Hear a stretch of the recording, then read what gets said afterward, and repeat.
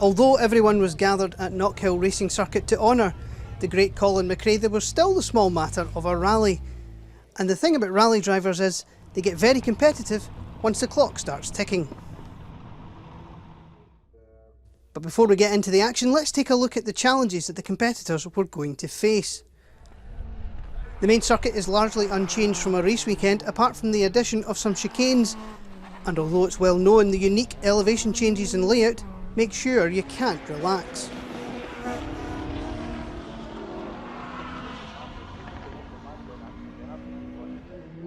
Come off the main circuit through the newly christened McRae corner and onto the loose surface of the rallycross track, a scenario that's mirrored as you head for the hillside.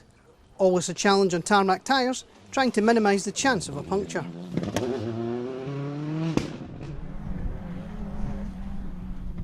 And finally, the famous hillside, the narrowest and most tricky sections, run wide and you're on the grass.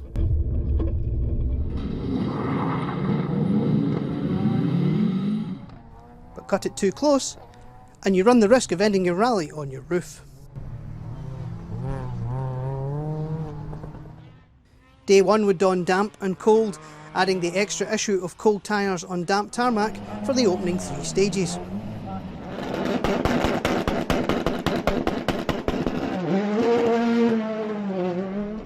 And fastest out of the blocks were Gary Pearson and Ross Kirk. Winner of 4 national titles in 2021, Gary was out in his British Championship Fiesta and treating sponsor Ross to his first experience of rallying. Fastest on the opening 3 stages, they headed into the lunchtime halt with a 5-second lead.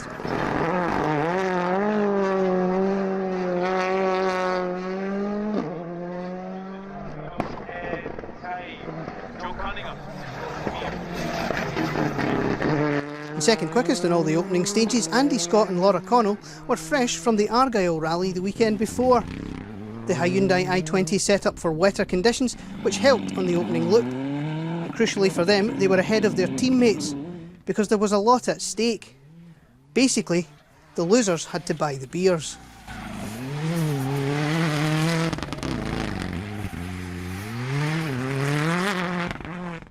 Tied for second fastest on stage 1, Joe Cunningham and Josh Beer were the teammates in question.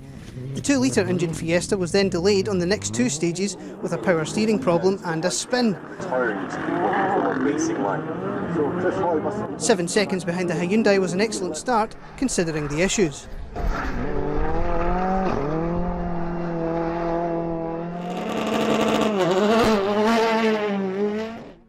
Gordon Morrison and Hannah McKillop were just another 5 seconds back in their Fiesta.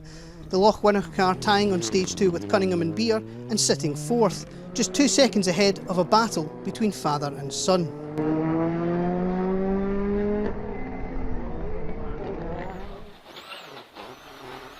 Easy left, 50, fast left, 70, square left.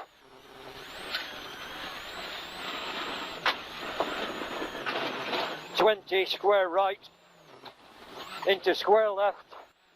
And that was being led by Alistair McRae and Ian Grindrod. Reunited with the Accent WRC, Alistair was driving it like he did when he was in the Works team, despite being forced to use the stick when the paddle shift failed. Open hairpin right.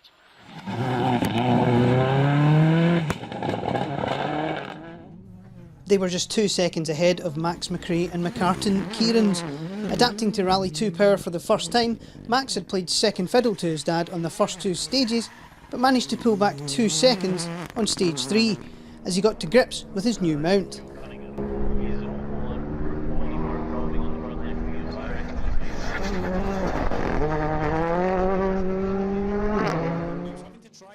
And only 1 second behind the young charger, Mark McCulloch and Michael Hendry had started strongly, 3rd quickest on stage 1 in their home engineered Proton.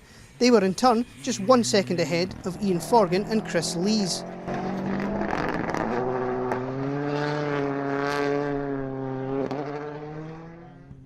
Making a return to rallying after an accident earlier this year left him with broken legs, Ian was behind the wheel of David Henderson's Rally 2 Fiesta competitively for the first time. 8th was a sensational start, and they were tied on time with Johnny Milner and Duncan McMath. The 2-time British champion was back behind the wheel of a Corolla WRC and was clearly enjoying himself, throwing the Toyota around particularly on the hillside. The mixture of gravel and tar suiting the former rallycrosser down to the ground.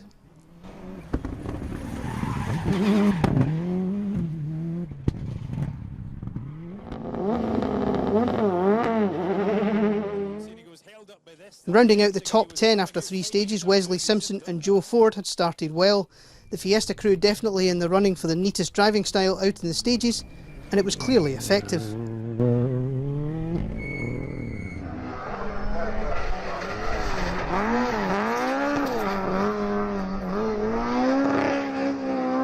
In the two-wheel drive battle, there was a tie at the top of the standings after 3 stages.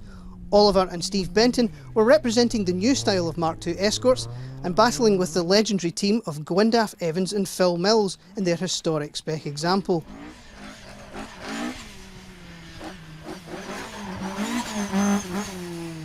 The two teams entertaining the crowds as they pushed their classic machines as hard as they could.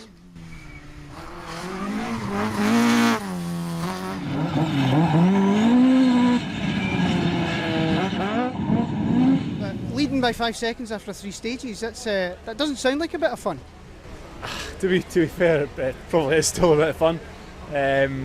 Ross, who's sponsor for this weekend, VK, he'd never sat in a car before, before this morning. So first couple of stages, and to be fair, the last stage, just kind of trying to learn where the map is and how to work the map basically. So certainly a bit interesting, but no, I'm enjoying it. To be fair, flicking the car around up the top and really enjoying it. You're only 5 seconds off the lead, so it's going pretty well.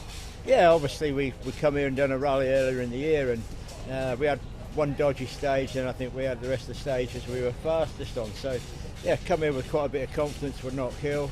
Got good memories for me. I've won a rallycross here in the past, so my first rallycross win. So yeah, I'm pleased with the position we're in. Hopefully we can hold on and maybe come a bit further up. Third after 3 stages, how's your morning been? Yeah, I'll take that. We've had a bit of drama, we've had a power steering pipe burst and driver error, we've been going around in circles, so yeah, I'm over the moon to come to be third. Third with a spin? Yeah, with a spin, and we lost power steering as well, so yeah, chuffed with that. So yeah, been a bit of a hectic morning. Looking for a smoother afternoon.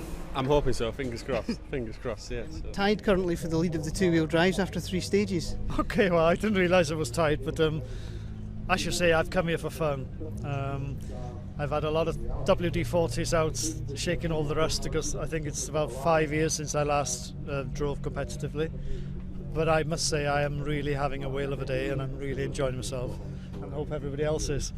Well, you did say to Duncan that you're making the car sing. It's absolutely glorious out in the stages. Yes, so I'm told it sounds really peach, so well pleased with it.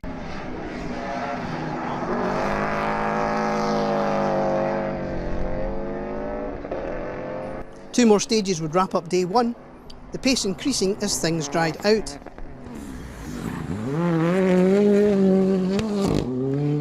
Pearson and Kirk were equal fastest with Scott and Connell on stage 4 before taking 4 seconds out of the I-20 on the final stage of the day. The Fiesta heading the field at the end of day 1 by 9 seconds.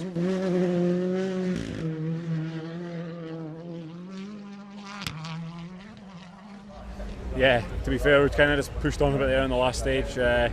Tried a bit harder in a couple of places. Did have a little slide onto the grass, but nothing like the first time round there. And I think a couple of the rivals there made a bit of a mistake. So, good to be 9 seconds clear and hopefully have a good sleep tonight. A visit to the grass on the hillside in stage 5 for the I-20 accounted for those 4 seconds. The drier conditions maybe not suiting the car setup quite so much as the damp morning. In their team battle, they were now 9 seconds clear of Cunningham and Beer. The Fiesta crew had already formulated a strategy, however, to turn the tide in their favour.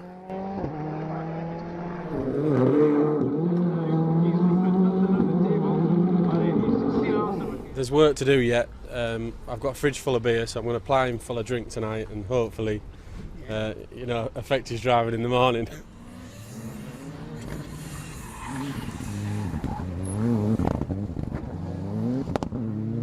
Climbing from 7th to 4th, it was a good afternoon for McCulloch and Hendry, despite losing the power steering for one of the stages.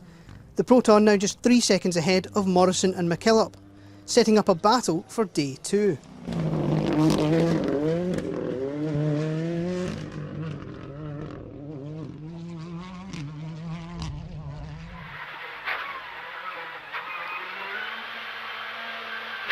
on board with Max McRae and McCartan Kieran's, and things are not all well. Hug the wall now for the chicane. Power steering feels weird. Okay.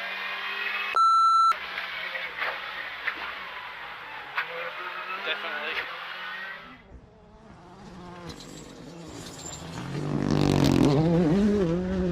No power steering is a nightmare, especially on the hillside. Max doing a great job to keep the car on the island and get it back to the mechanics so they could sort it overnight. You're okay, go. Nearly at the end now, nearly.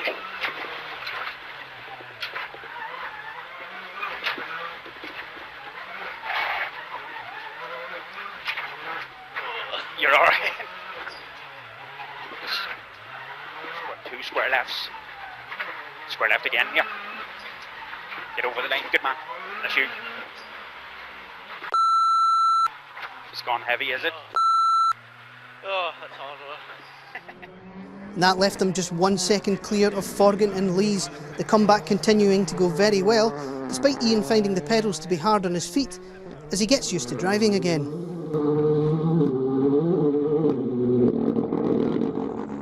Flashback to the start line of stage 1, and this was how Finlay Retson's Rally 2 debut began.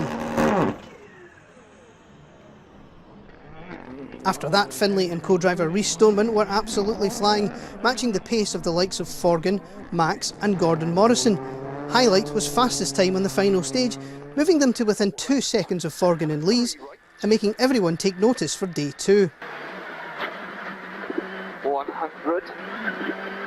3 left and 3 right over crest, don't cut. Into chicane, right entry. And split. And square left.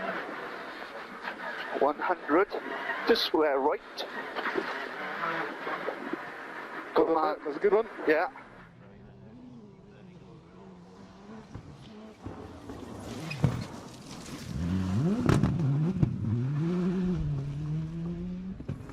Milner and McMath continued to hold 9th in the Corolla WRC, now 9 seconds up on Simpson and Ford. The Fiesta rounding out the top 10 at the end of day 1.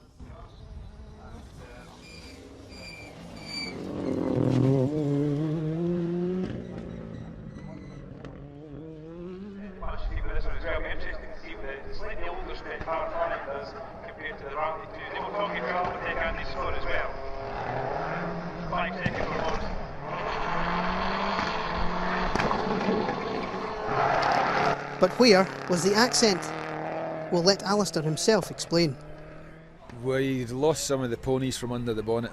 Now I think that this looks like someone in the wastegate's gone, so we had no boost. It started to go in the previous stage, so we dropped a bit of time there. Not sure what it was, and then in that one it's obviously gone completely, so we've dropped a minute and something. Not ideal.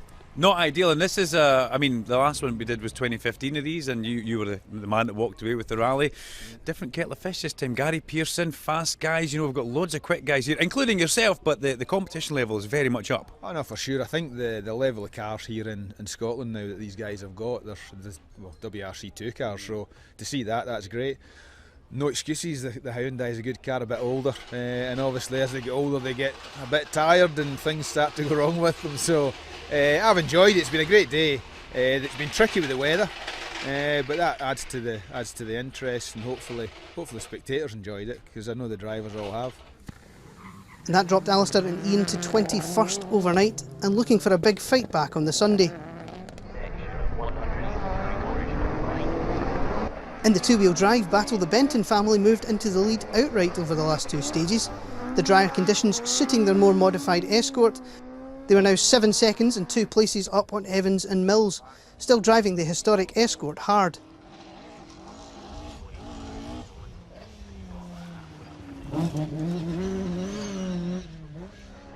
But they had to keep their eyes on their mirrors too, Stephen and Darren Thompson closing to within just 1 second of the Blue Mark II by the end of the day.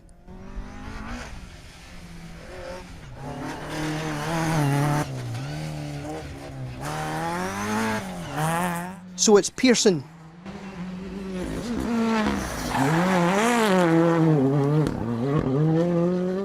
From Scott. from Cunningham at the end of day 1 of the McRae Rally Challenge.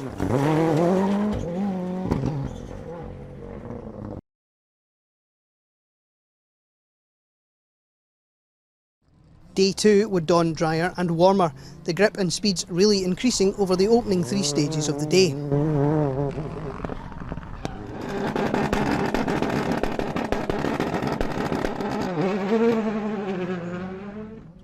And it was here that Pearson and Kirk really made their move. Moving on to a harder compound of tyre, the Fiesta crew caught everyone napping, extending their lead from 9 seconds overnight to a massive 26 by stage 8.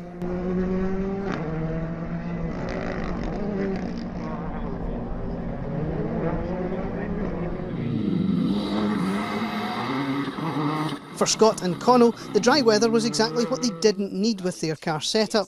The Hyundai crew trying their best to make adjustments as they went, but were now focused on making sure they kept second. Teammates Cunningham and Beer taking a second back from them on stage 8 to close to within 8 seconds with just 2 stages remaining.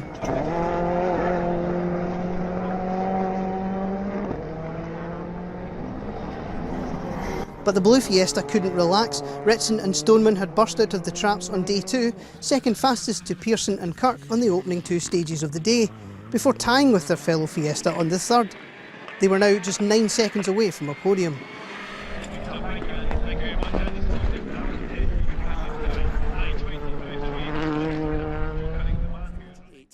Morrison and McKillop were still 5th, now 10 seconds behind Ritson and Stoneman, not helped by this visit to the grass.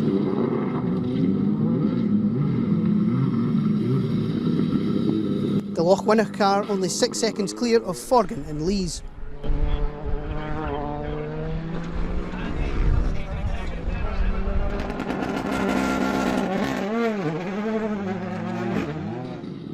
Power steering restored, McRae and Kieran's were back on the pace, shaving it fine with some of the stage furniture. Side on the exit. Forward. Over. Oh, yeah. Just 5 seconds down on Forgan and Lees with 2 stages to go, Max was trying hard, particularly on the gravel of the rallycross section.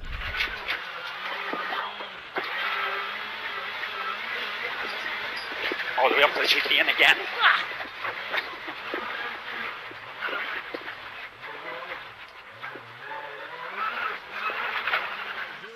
Despite modifying the front bumper on the Corolla, Milner and McMath moved up to 8th over these stages. They were just 11 seconds up on John Marshall and Craig Wallace, the event sponsor really getting into his stride with his Fiesta on day 2 after a low-key day 1.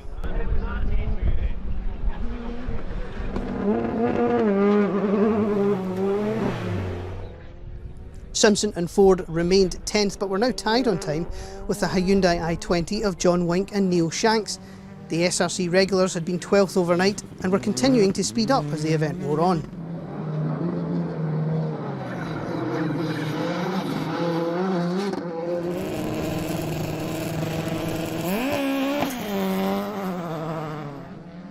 The Bentons continued to lead the two-wheel drives but had been woken up on the first stage of the day when Evans and Mills had taken 4 seconds out of them. They then pegged the historic car back on the next 2 to hold an 11-second lead with 2 stages remaining. Oliver really enjoying both the rally and the chance to battle with such a legendary team.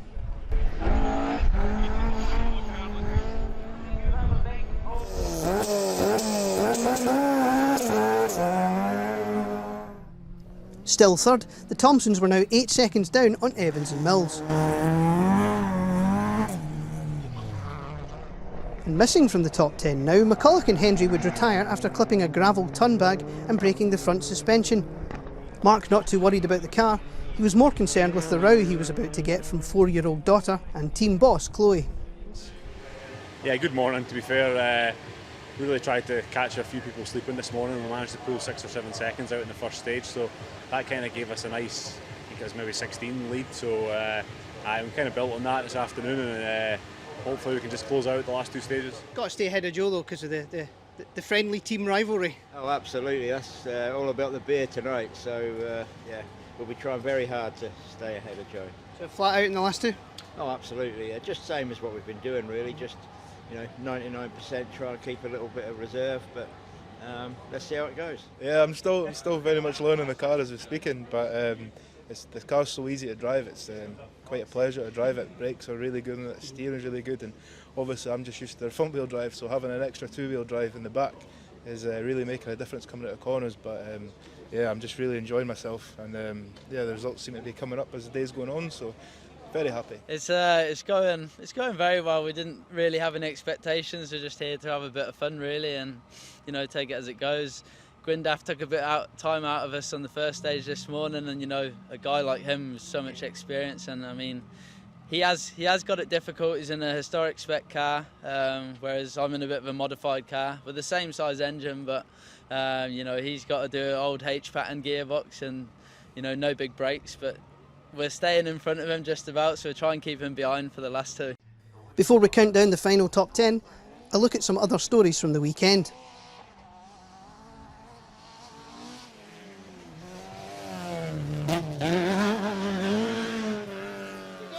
The Junior 1000 competitors entertained the crowds as they explored Knockhill's limits all weekend. At the end of the 2 days, Sam Pattison and Paula Swinskell would take the win, despite this argument with the flying finish of stage 3.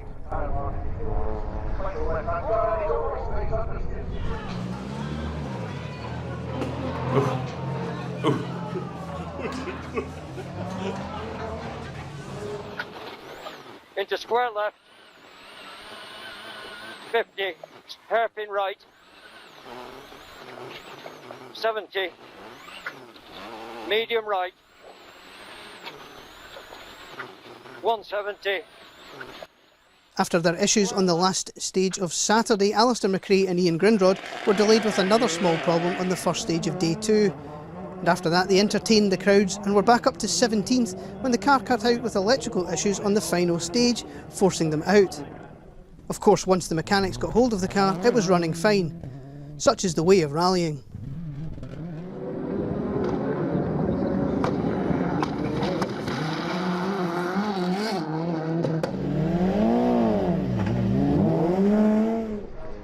Sir Chris Hoy was contesting his first ever rally in the Evo that Willie Patterson is campaigning in this year's SRC. With the ultra-experienced Campbell Roy in the hot seat, Chris got the full rallying experience over the 2 days. The gear lever came off in his hand, the brakes failed and he visited a gravel trap, plus he had this big spin up on the hillside.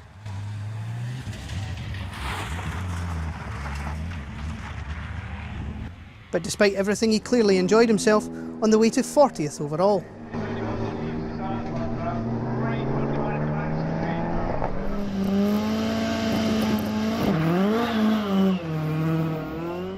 Jimmy McRae and Andy Richardson were out in Tom Blackwood's Mark II Escort that Jimmy drove in the Roger Albert Clark Rally in 2008.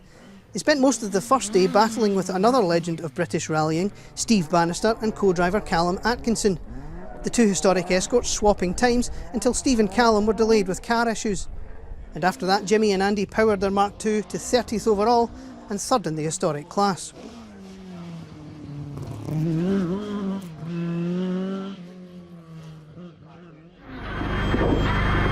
C150. Well done. It's a 90 right gravel.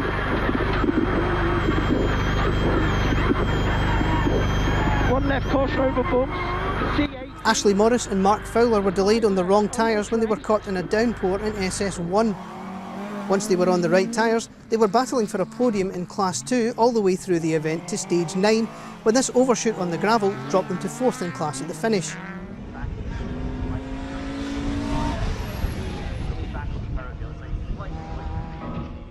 Ashley getting the compensation of the award for top lady driver. Wayne Sisson and Aaron McClure took second in the historic class in their Mitsubishi Galant.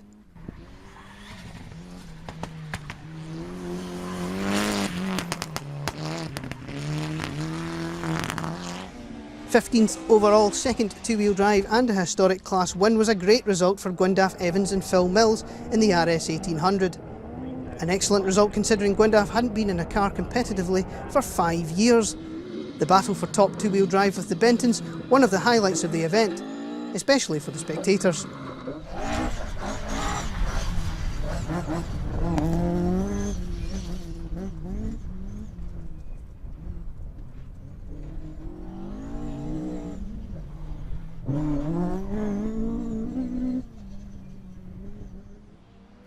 Class 2 was a showdown between the 206 of Des Campbell and Craig Forsyth and Stephen Hay and Cameron Dunn's Corsa. The two Knockhill specialists swapping times at the top of the Class All event, pushing their front-wheel drive machines as hard as they would go. It was tight all the way until the Corsa got stuck in second gear on the final stage of the rally and they dropped to 5th in class, leaving Campbell and Forsyth to take the win.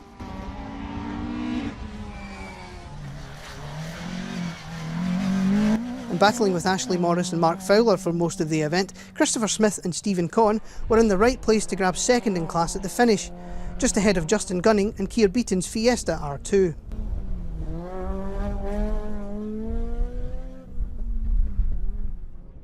Stephen and Darren Thompson took second in Class 3 and fourth in the two-wheel drives.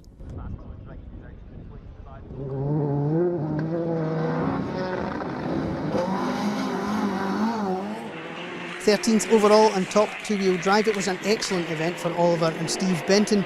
The more modern spec Mark II just 10 seconds up on Evan and Mill's historic spec car after a fantastic event-long battle.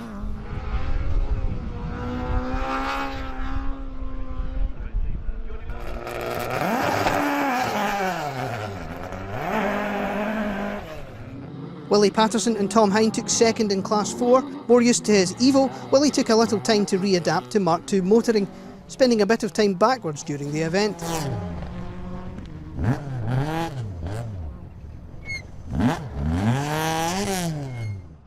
Gavin Edwards and Karen Tomlinson had an excellent run in their Mark II, taking 16th overall and third two-wheel drive, along with the Class 4 win.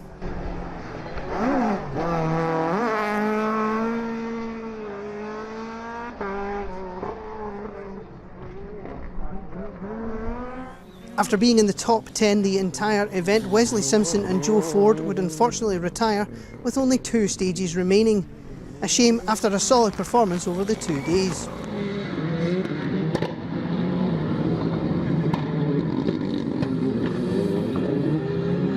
John Wink and Neil Shanks rounded out the top 10 in their Hyundai i20.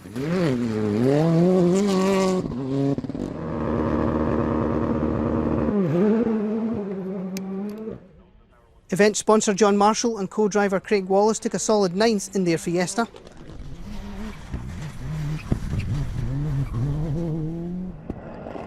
Johnny Milner and Duncan McMath flew the flag for the old-style four-wheel drive cars, taking 8th with one of the most entertaining drives of the event.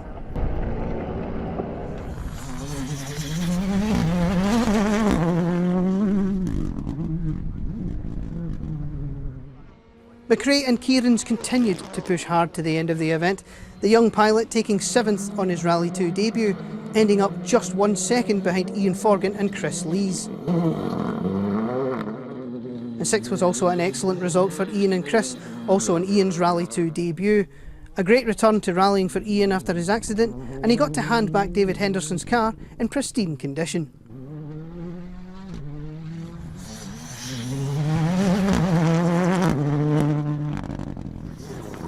They ended up just 1 second behind Morrison and McKillop, the Loch Winnoch Fiesta taking 2nd in Class 5 and a solid 5th overall.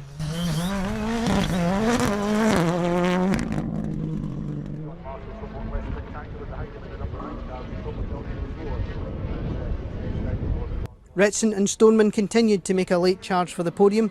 Equal fastest in stage 9 and second quickest on the final stage wasn't quite enough to grab third, failing by just 7 seconds at the finish. They did get the compensation of the Class 5 win.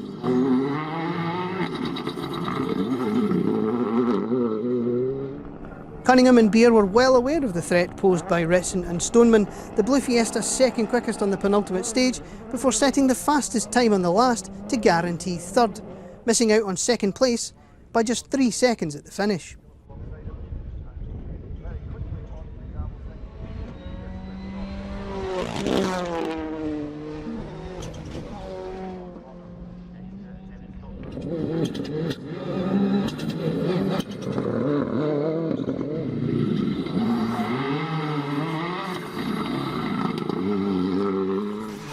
Andy Scott and Laura Connell did enough to finally secure the second place they had held the entire event. An excellent result considering their car being set up for wet conditions. Laura taking the award for top lady co-driver in the process.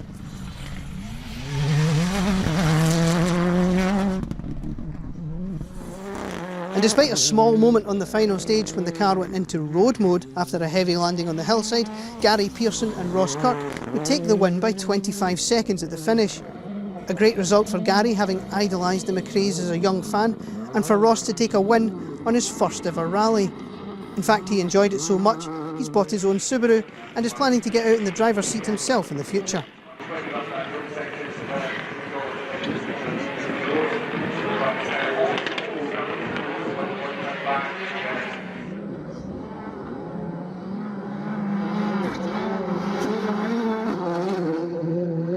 For your top three as they spray the champagne for the McRae Rally Challenge for 2022.